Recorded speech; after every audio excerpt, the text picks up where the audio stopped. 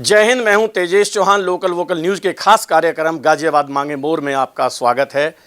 आज हम आपको चर्चा करने के लिए ले चलते हैं गाजियाबाद के जो उद्योग से जुड़े लोग हैं उनके साथ में हम आज चर्चा करेंगे। तमाम तरह के मुद्दों पर हम चर्चा करेंगे, लेकिन इससे पहले मैं आपको बता देना चाहता हूं कि लोकल वोकल न्यूज़ एक ऐसा प्लेटफॉर्म है जो कि छोटी से छोटी समस्या और बड़ी से बड़ी खबर को लोगों तक पहुंचाता है, आप लोगों के बीच लेकर के आता है। मैं आप सभी लोगों से निवेदन करूंगा कि आप अपने मोबाइल के प्ले स्टोर में जाएं और प्ले स्टोर में जाकर के local vocal news app download करें। इस न्यूज़ ऐप में आपको आपकी खबर के साथ साथ देश विदेश की बड़ी खबर भी देखने को मिलेंगी।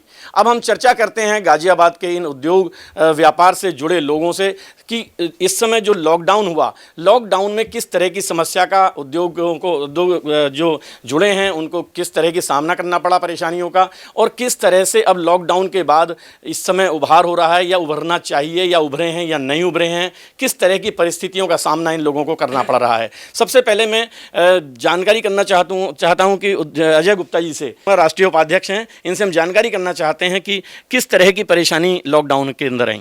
देखिए, जब लॉकडाउन लगा, गाजियाबाद से या अन्य शहरों से लाखों की तादाद में मजदूर अपने घर चले गए। कुछ मजदूर घर बैठे, फिर भी गाजियाबाद के व्यापारियों ने उनको समय पर तनख्वाह दी, जबकि कोई व्यापारियों पर कोई सोर्स इनकम नहीं था। माल जो दुकान में दबा हुआ था, लेकिन फिर भी उन्होंने किसी को भूखा नहीं मरने दिया। उसको पैसे से, मदद से, मैंने खुद 2 बसें बिहार भेजी थी मजदूरों की, जिनके माँ बापों ने जाके हमें आशीष दी, वहाँ से फ़ोन करा कि हम सकुशल घर पहुँच गए हैं। लेकिन व्यापारियों ने बिजली का भुगतान भी करा, लेबर को तनख्वाह भी दी और उनके घर की समस्या भी देखी, साथ में अपने घर की समस्या भी देखी। इसलिए मैं गाजियाबाद के व्यापारियों के धैर्य की बहुत बहुत भूरी प्रशंसा करता हूं कि उन्होंने ऐसे समय में देश हित के लिए अपना एक जवाब दिया और देश हित के लिए उन्होंने काम किया। मैं सुभाष चंद्र गुप्ता, उत्तर प्रदेश उद्योग व्यापार मंडल में प्रदेश उपाध्यक्ष हूँ। लॉकडाउन जब हुआ उसके अंदर 3 महीने, पहले 3 महीने ऐसे रहे हैं जिसमें लेबर नहीं थी और आदमी काम नहीं कर सकता था। फैक्ट्रियाँ बंद थी, दुकानें बंद थी, सब काम बंद था उस समय। उसकी भरपाई करने के लिए अगले 5-6 महीने तक आदमी को वो पैसा ज़रूरत थी जो पैसा उसने उस समय दिया। उस समय जिस समय लेबर चली गई और लेबर दोबारा आई है, तो लेबर वो भी आई है, जो एक्सपर्ट लेबर थी वो भी आई है, उसे थोड़े पैसे फालतू देने पड़े हैं। लेकिन जो दूसरी लेबर आई है उन्हें एक्सपर्ट बनाने में भी टाइम लगता है। उद्योग को इस चीज़ के लिए उभरने के लिए कम से कम साल, 1.5 साल, 2 साल की ज़रूरत है। जिस तरीके से आपकी जीडीपी जो ग्रोथ है माइनस में चली गई थी, आज भी मेरे ख्याल -7% चल रही है। ये हो सकता है अगले साल ये 7-8% प्लस में भी आ जाए, क्योंकि जो गवर्नमेंट के जो नियम हैं, जिस नियम के तहत ये काम हो रहे हैं, उसके अंदर प्रोग्रेस की उम्मीद है। और जितनी भी लॉकडाउन की परिस्थितियाँ हैं उनके अंदर जो गवर्नमेंट ने काम किया है, जैसे धन देने का या वित्त मंत्री ने जो काम किए हैं, उन सब का आस्ता आस्ता आते हुए टाइम पे असर दिखाई देगा।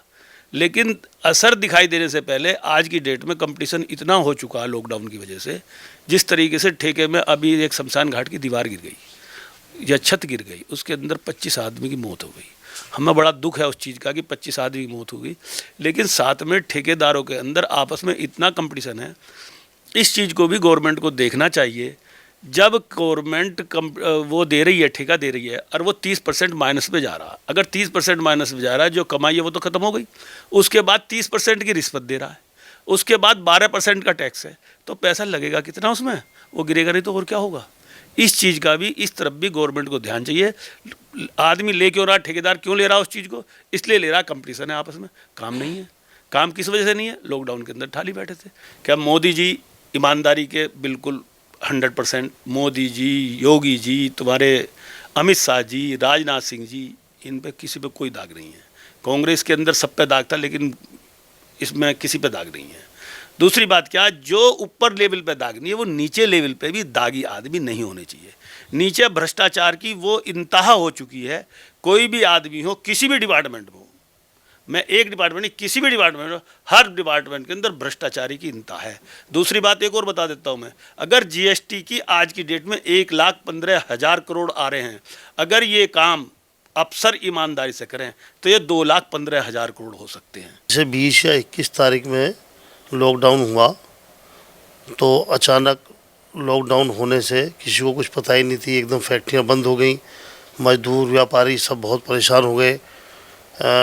सब ने अपनी तरफ से, सरकार की तरफ से मजदूरों को घर पहुंचाया और सब ने जितनी हेल्प हो सकती थी वो करी। उद्योग धंधे बिल्कुल 3-4 महीने बिल्कुल चौपट हो गए।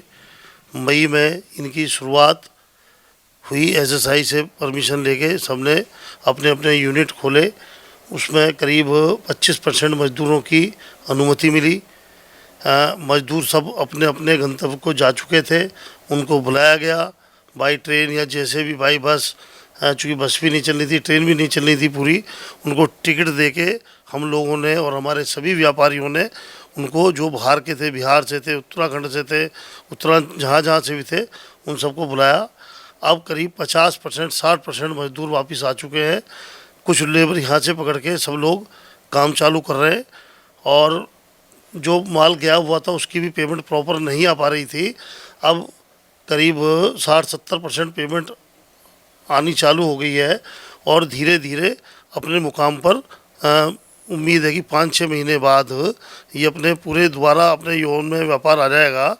और इस साल सभी की सेल कम से कम मुझे उम्मीद है 30-40% अपने अपने काम के हिसाब से है, 25-30% लगभग कम रहेगी इस साल मार्च क्लोजिंग की पिछली साल के मुकाबले।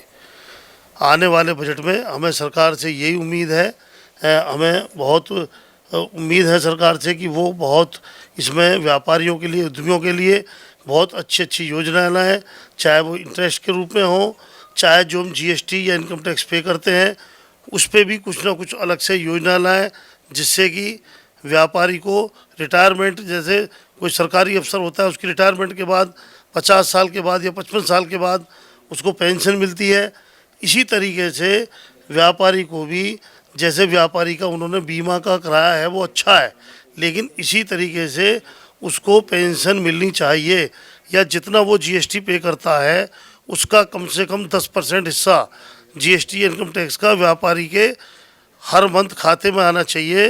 व्यापारियों को जो समस्याएं आई थी कोरोना के बाद में और लॉकडाउन के बाद में, जितनी समस्याएं आई, व्यापारियों ने इतना सहयोग लोगों का किया है कि भूखे को रोटी खिलाना, उनको घर तक पहुंचाना, व्यापारियों का पूरा सहयोग। बंद दुकान होते हुए भी व्यापारी ने अपना पूरा सहयोग किया। लेकिन पुलिस का एक रवैया आज व्यापारी के साथ इस तरीके का हो गया है, मैं सुझाव मेरा अपनी सरकार के लिए है कि पुलिस का रवैया बिल्कुल व्यापारी के लिए चोरों जैसा है। अगर दुकान टाइम से बंद नहीं होती तो तुरंत पुलिस आगे खड़ी हो जाती है, तुमने 9 बजे बंद क्यों नहीं की। दूसरी बात, ऐसा व्यापारी चोर नहीं है।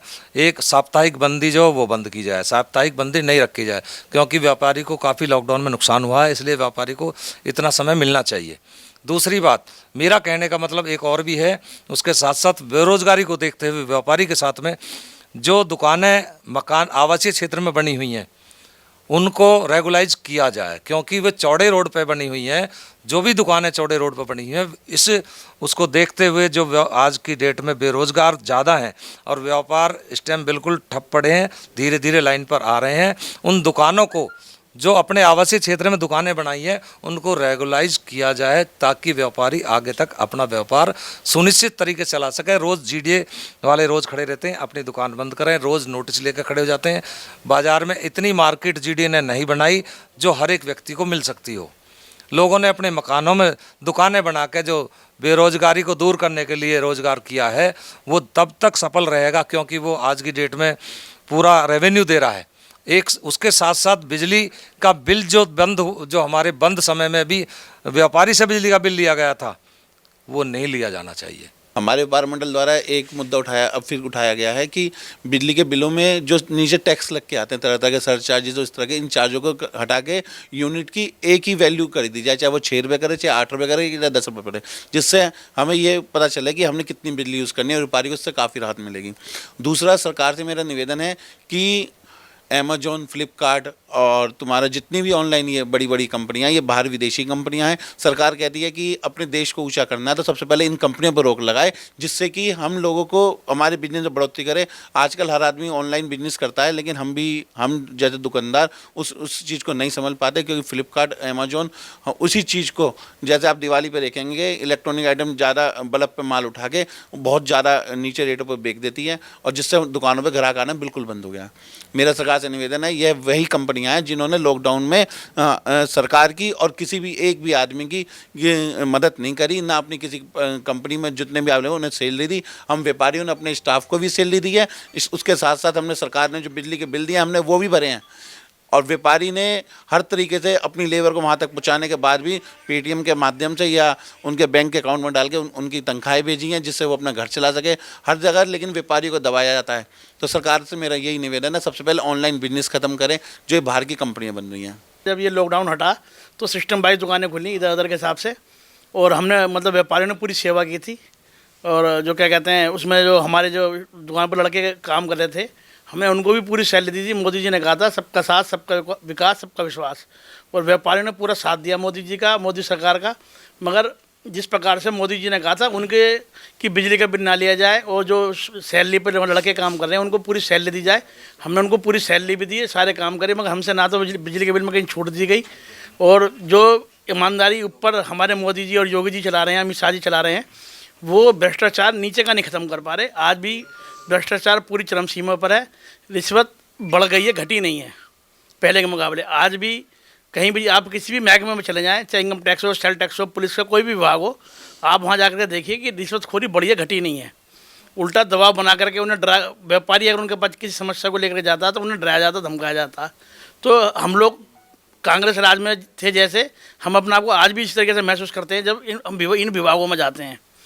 हम लोग मोदी जी के साथ हैं, हमने मोदी जी को वोट देकर के जिताया है, हम व्यापारी वर्ग हैं, और आज भी हम कोरोना काल से अभी तक उभरे नहीं हैं। व्यापार सिर्फ 30-40% ही सही तरीके से चल पा रहा है, लगभग 60-70% व्यापार आज भी डाउन है, बाज़ार में ग्राहक नहीं है। ये ऑनलाइन का सिस्टम और चालू हो गया, हमने इसके ऊपर भी आवाज़ उठाई थी कि कृपया करके ये ऑनलाइन का सिस्टम बंद कराया जाए, क्योंकि व्यापार बिल्कुल चौपट हो चुका है। हम लोग जो हमारे पर लड़के काम करते हैं, उन लड़कों की हम सैलरी भी नहीं पूरी कर पाते। आज आप बाज़ार में जाकर देखिए कि बाज़ार पूरे खाली पड़े हैं, और कभी बोनी हो जाती है, कभी नहीं हो पाती, कभी कभी बिल्कुल मतलब बाज़ार बिल्कुल बेकार है हमारा। और हम ये एक साप्ताहिक छुट्टी और लागू कर दी है सरकार ने, ये साप्ताहिक छुट्टी भी बंद होनी चाहिए, क्योंकि बाज़ार में हम कोरोना काल में खुद इतने टूट चुके हैं कि हमारे पास खुद का अपना इतना सिस्टम ख़राब हो गया है कि हम व्यापार करने में अब सक्षम नहीं रहे हैं। कहने को तो हम व्यापारी हैं, सरकार हमसे हर तरह का टैक्स लेती है ना, हमें कहीं नहीं बख्शा जाता। मगर कम से कम सरकार को ये भी सोचना चाहिए, साप्ताहिक छुट्टी इन्होंने लागू की है, उसमें हमें छूट दी जाए, जिससे कि हम कुछ थोड़ा उभरने में अपने आप को सक्षम कर सकें। मैं आपके चैनल लोकल वोकल के माध्यम से ये कहना चाहूँगा कि व्यापारी देश की रीढ़ की हड्डी है। जैसे हम कहते हैं कि किसान अन्नदाता है, वैसी ही व्यापारी देश की रीढ़ की हड्डी है, उसी से सारे देश की अर्थव्यवस्था निर्भर करती है। जैसे किसानों को भी रिबेट दी जाती है, इस कोरोना काल में बहुत ही ज़्यादा दिक्कतों का सामना व्यापारी को करना पड़ा है। तो मैं सरकार के माध्यम से ये भी कहना चाहूँगा, जैसे किसानों को रिबेट करते हैं, समय समय पर उनका हर्जाना करते हैं, का भुगतान करते हैं, वैसे ही क्या कहते हैं व्यापारियों का भी सरकार साथ दे। जैसे कि आपका इलेक्ट्रिसिटी बिल में जो कोरोना पीरियड का है उसके अंदर रिलैक्सेशन देना चाहिए। और अब जो आने वाला बजट है, मैं उस आपके माध्यम से यह भी कहना चाहूँगा कि क्या कहते हैं उसके अंदर इनकम टैक्स वगैरह में भी व्यापारियों को रिबेट दी जाए। जैसे मेरे बड़े भाई संजीव गुप्ता जी ने भी कहा, इनकम टैक्स जो व्यापारी भरता है उसके लिए एक इनको सरकार को उसका भविष्य का एक उसका फिक्स कर देना चाहिए कि अगर आपने पूरी ज़िंदगी सरकार को टैक्स दिया है, पेंशन उसकी एक फ़िक्स कर दे कि उसको भी पता चले कि मेरा भविष्य आगे सेफ़ है, सिक्योर है। मेरा सरकार से यही अनुरोध है कि हमारे देश में जैसे व्यापारी हैं उसी तरीके से किसान हैं। व्यापारी हमारे शहरी क्षेत्र को चलाते हैं और ग्रामीण क्षेत्र जो है हमारा पूरे देश के लिए अन्न पैदा करता है। जो सरकार ने लॉकडाउन के दौरान कोरोना काल में जो सरकार ने बैंकों को, बिजली विभाग को या किसी भी सरकारी डिपार्टमेंट को जो आदेश दिए थे कि बैंकों की इंस्टॉलमेंट नहीं लगेंगी, बैंक प्रेशर नहीं बनाएंगे किसी कस्टमर के ऊपर, या जो बिजली विभाग वाले हैं वो किसी से भी प्रेशर बनाकर बिजली का बिल जमा कराने की कोशिश नहीं करेंगे। इन दो डिपार्टमेंटों ने सरकार की किसी भी बात को नहीं माना है, जिससे व्यापारी के ऊपर बहुत ज़्यादा लोड पड़ा है, बहुत ज़्यादा उनके ऊपर दबाव बना है। एक तो व्यापार ख़त्म हुआ वो अलग हुआ, जो लेबर थी, लेबर को तो हमने सैलरी दी ही दी है, और ऊपर से जो सरकारी खर्चे हैं, बिजली का हुआ, बैंक की इंस्टॉलमेंट हुई हैं, उन पर कंपाउंड इंटरेस्ट लग के वो हमसे वसूली कर रहे हैं, वो हम लोगों ने दिए हैं। सरकार को इन दोनों डिपार्टमेंटों के ऊपर बहुत ज़्यादा सख्ती से काम करने की ज़रूरत है। और जो आज की डेट में जो चल रहा है, जैसे कोविड-19 आया, अब बर्ड फ्लू आ गया, जैसे भी हमने कल न्यूज़पेपर में देखा, टीवी में देख रहे हैं कि भाई सरकार जो कह रही है कि भाई इन पक्षियों को मारो, ये करो, वो करो। सरकार को मालूम है कि विदेशों से पक्षियाँ कब आते हैं, कब इनका आना होता है, कब इनका जाना होता है। तो मेरा सरकार से अनुरोध ये है कि इन बेचारे बेजुबान पक्षियों को ना मारा जाए। इनके लिए डाइट जो सरकार देती है, उस डाइट में जो बर्ड फ्लू नाम का जो वायरस है, उसमें उनको वैक्सीन मिला के उनको पहले से ही प्रिपेयर रखो। जो हमारे पक्षी हैं उनको कम से कम वो इंटरनल फिट तो रहें। अब जैसे कोविड-19 हुआ, किसी भी आदमी को नहीं मारा गया, तो जैसे हमें जीने का अधिकार है, इन पक्षियों को भी जीने का अधिकार है। इनकी हत्या ना करी जाए, इनका बेचारों का ट्रीटमेंट करा जाए, इनको दवाइयाँ दी जाएं। जी बिल्कुल, ये वो सभी लोग हैं, सभी उद्योगों से जुड़े हुए लोग हैं जिन्होंने तमाम लॉकडाउन को देखा है और अब फ़िलहाल की स्थिति भी देख रहे हैं। इन्होंने तमाम तरह के सुझाव भी सरकार को दिए हैं, लोकल वोकल के माध्यम से पहुंचाना चाहते हैं, और हमारा भी यही प्रयास है कहीं ना कहीं इनके सभी सुझावों को सरकार तक पहुँचाएँ और कुछ ना कुछ इनकी समस्या का समाधान कराया जाए। लोकल वोकल के लिए गाज़ियाबाद से तेजेश चौहान।